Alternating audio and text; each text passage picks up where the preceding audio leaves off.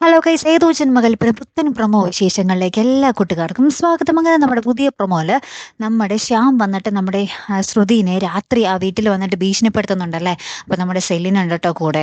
അപ്പൊ നമ്മുടെ ശ്യാം, എന്റെ പേരിൽ നീ പറഞ്ഞതൊക്കെ തെറ്റായിരുന്നു എന്ന് നീ ഇവിടെ പറയണം എന്ന് പറയുമ്പോൾ നമ്മുടെ ശ്രുതി പറയുന്നുണ്ട്, ഇല്ല ഞാൻ ഒരിക്കലും അത് പറയില്ല, നിങ്ങളായിട്ട് തന്നെ നിങ്ങളുടെ കുഴി തോണ്ടിയതാണെന്നൊക്കെ പറഞ്ഞ് നമ്മുടെ ശ്രുതി തിരിച്ചും പറയുന്നുണ്ടല്ലേ.